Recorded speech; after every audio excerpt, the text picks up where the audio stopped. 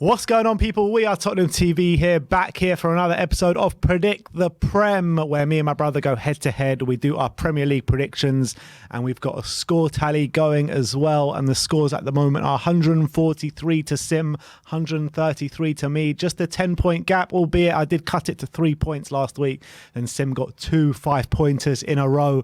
And the way the scoring works, it is 5 points for a correct scoreline, 3 points for a correct result, and both teams to score 1 point for a correct result. And then there's the star man as well, where we both pick a player and it's 2 points for a goal, 1 point for an assist. And let's get straight into it with Arsenal against Newcastle. I've gone 2-1 to Newcastle in this one. Yeah, I've gone 3-1. I mean, sorry, to Arsenal. Yeah, to Newcastle, I'd say. Very ambitious of you. Look, I think Newcastle will get a goal. I think they have been scoring quite a few recently, but even though Arsenal got battered 4-0 by Liverpool last week, I still think they should have enough to get past this Newcastle side. They've got a great record against Newcastle as well. So I can't see anything but an Arsenal win, unfortunately, in this weekend. Yeah, and obviously Arsenal are going to get their winner in the last minute to make it 3-1, aren't they? Of course. That's how it usually works for us. So annoying. Let's move on to Crystal Palace against Aston Villa. What are you going for in this one? 2-1 to Palace. Palace to shade it. Oh, that's interesting. I've gone for 1-1. I think Steven Gerrard with the new manager bounce, they got a 2-0 win last week. Crystal Palace, I mean, for all their good play this season, they're struggling to get the wins on the board. They've got 2 wins in their last 8 games, but in their last 8 games, they haven't lost any of them. So I've gone for 1-1 just to play it safe in this one. I think that Villa will come and play a good game of football and probably stifle Palace, shall I say. Yeah, I just think Palace, they've got so much attacking talent. Benteke, Edouard, Olise, Zaha, Eze now back in the frame. I just think they're going to start getting the wins on the board now. And Villa, despite the new manager bounce, I just can see Palace just shade. Although, look, Palace have played well and dropped points. So, throughout the season. Yeah, so obviously it's not beyond the realms of possibility. I just got a feeling they're going to shade this one. All right, let's move on to Liverpool Southampton. And we've gone for the exact same scorelines in that one this weekend. 3-0 to Liverpool. And I can't see anything but a Liverpool resounding victory this weekend. Yeah, me neither. I think Liverpool been on form for a long time. They got one blip against Brighton with their 2-2 draw when they were 2-0 up. They'll probably be ruining that result still. But other than that, they've been just taking on all comers at Anfield, wiping the floor with them. None more so than last week against Arsenal. So Southampton on the back of a defeat to Norwich, I can't see them getting anything out of this game. Yeah.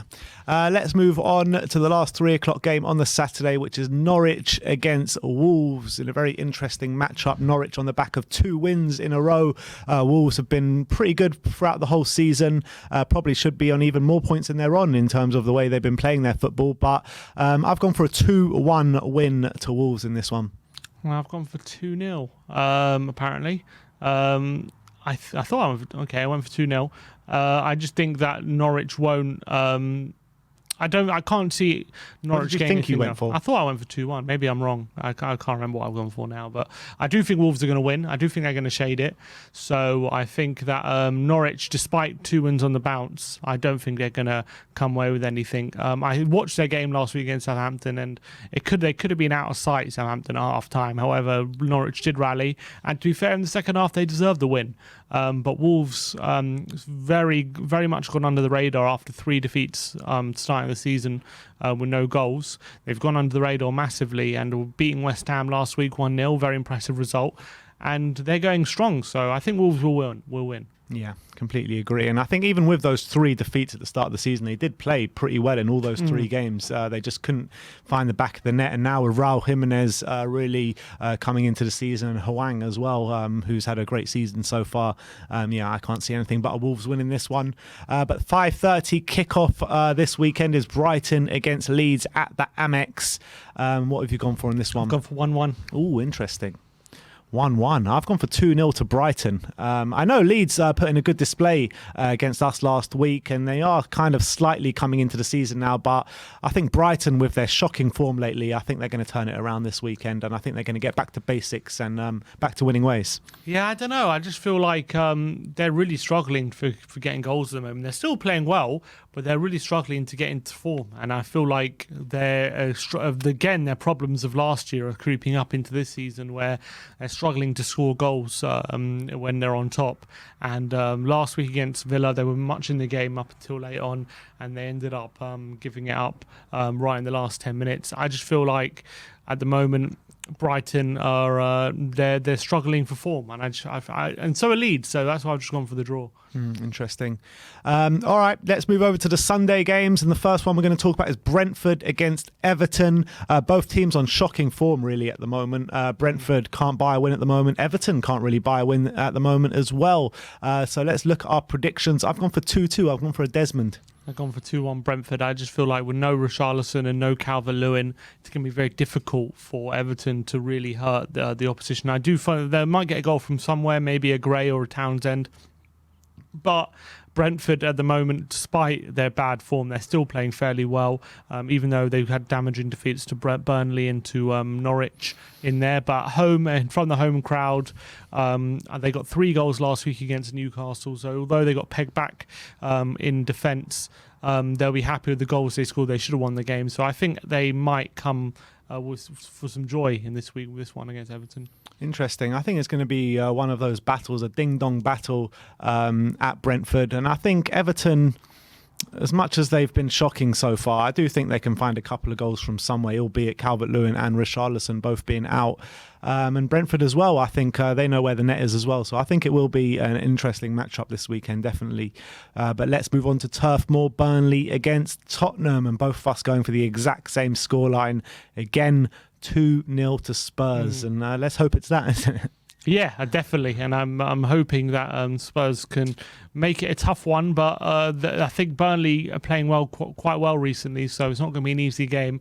But I think Spurs, hopefully with some newfound resolve under Conte, are able to keep a clean sheet and find a couple moments where we can get over the line. I don't see it being pretty, but I see Spurs just being effective in this one, hopefully. Yeah, and to be fair to Burnley, they're not on bad form, are they? No. They're really not.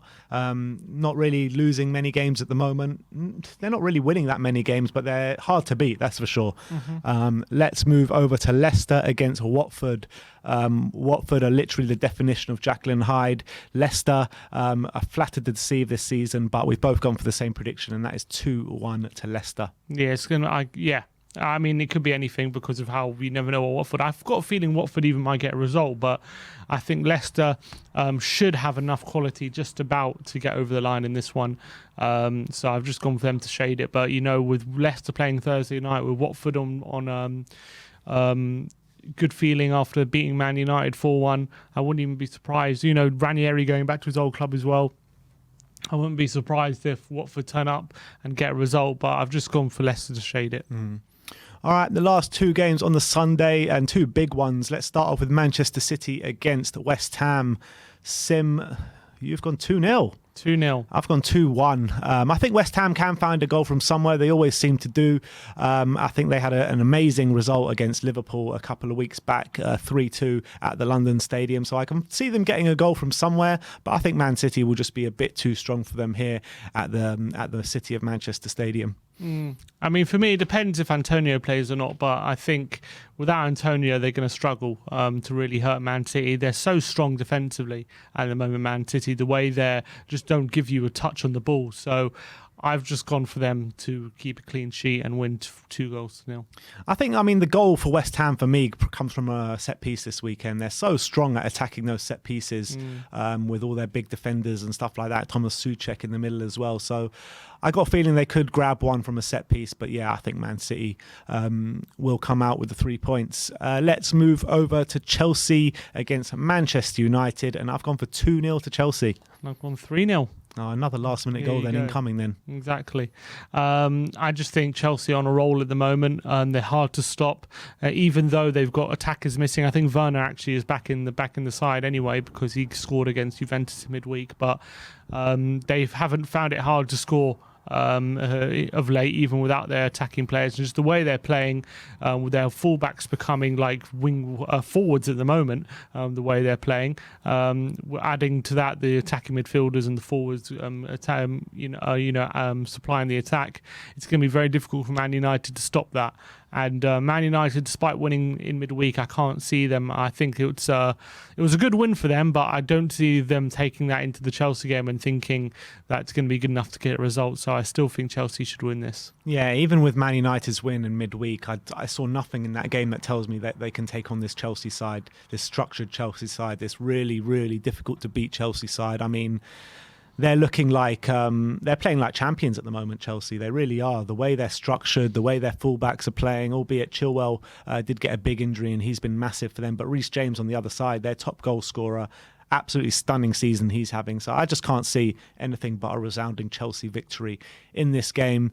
Let's go and look at our star men this weekend, and it's of course Mo Salah for both of us. Liverpool against Southampton this weekend, and surely Mo Salah is going to be on the action this weekend. Can't look past him, can you? He's just scoring goals for fun.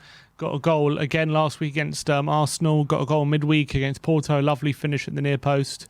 The guy can't stop scoring. He's a phenomenon, and as you say, currently the best player easily in the Premier League, and it would be stupid to look past him at the moment, especially Southampton at home, where I think he has a decent record. So I can't. I mean, if I didn't pick him, I'd have egg on my face probably.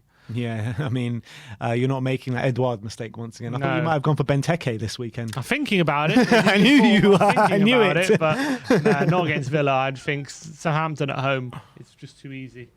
So Salah has to be the pick. All right, well, that is the Predict the Prem. I want to know your predictions in the comment section below. I want to know who your star man is in the comment section below, and I want to know who you think is going to get more points this weekend, me or Sim. There is currently a 10-point gap, Sim ahead by 10 points, but let me know in the comment section below how you think this weekend is going to pan out. Like, subscribe, and comment, and as always, come on you Spurs.